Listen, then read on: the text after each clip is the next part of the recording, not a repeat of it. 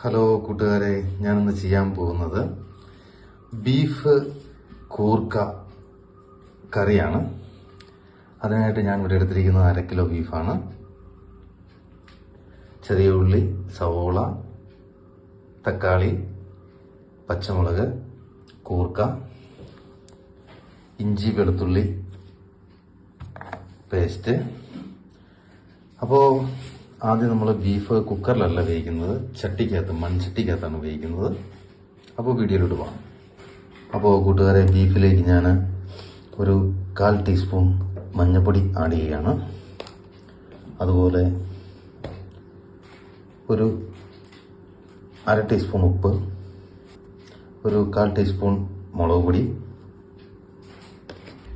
1 cup വെള്ളവും കൂടി ചേർക്കണം.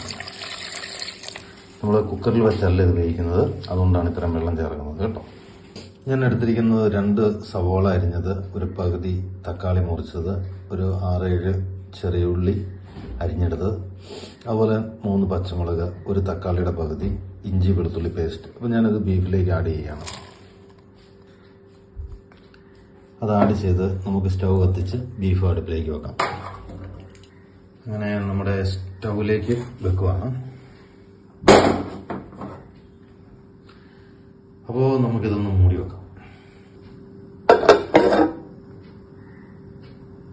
അപ്പോൾ കൂട്ടുകാരെ, നമ്മുടെ ബീഫ് ഇങ്ങനെ വെട്ടിത്തിളച്ചുകൊണ്ടിരിക്കുകയാണ്.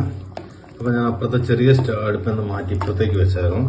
അപ്പോൾ നമ്മുടെ ഏറെക്കുറെ വേവായിരുന്നു. അപ്പോൾ നമ്മുടെ കൂർക്ക ഇതിലേക്ക് ആഡ് ചെയ്ത് കൊടുക്കണം. കൂർക്ക എന്താ ഞാൻ ഇവിടെ എടുത്തിരിക്കുന്ന നല്ല മുഴുത്ത കൂർക്ക, 6 കൂർക്കയാണ് എടുത്തത്.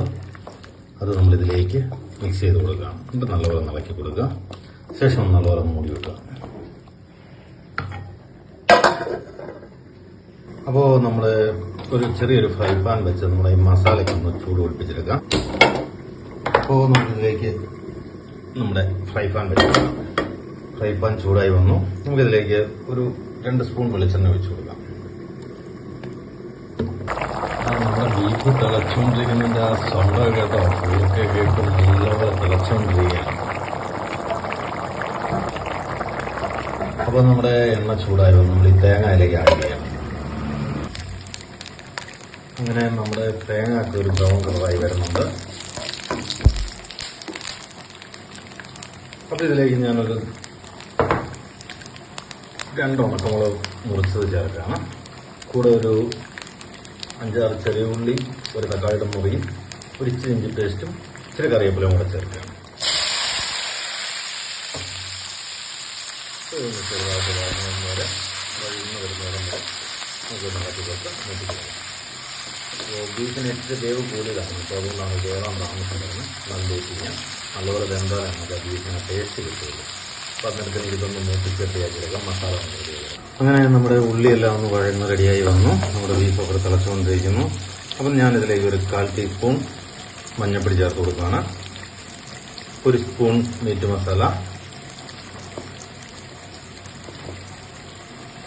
1 സ്പൂൺ കാശ്മീരി ചില്ലി, 1 സ്പൂൺ മല്ലിപ്പൊടി, ഒരു 1/2 സ്പൂൺ കുരുമുളക് പൊടി, ഒരു 1/4 ടീസ്പൂൺ ഗരം മസാലപ്പൊടി. അപ്പോൾ നമുക്കിതൊന്ന് ഇളക്കി യോജിപ്പിക്കാം.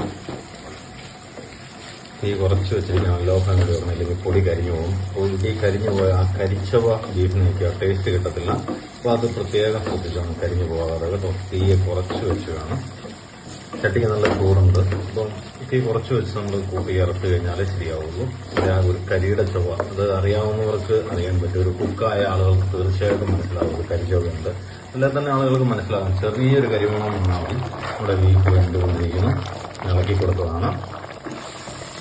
അങ്ങനെ നമ്മുടെ മസാല എല്ലാം റെഡിയായിരിക്കുന്നു.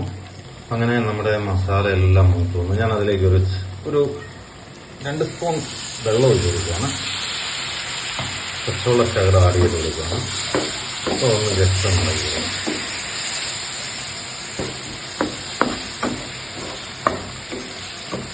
അങ്ങനെ അത് റെഡിയായി. അങ്ങനെ നമ്മുടെ ബീഫ് തിളച്ചുകൊണ്ടിരിക്കുന്നു. ഞാൻ മസാല ഇതിലേക്ക് ആഡ് ചെയ്യാൻ പോകണം.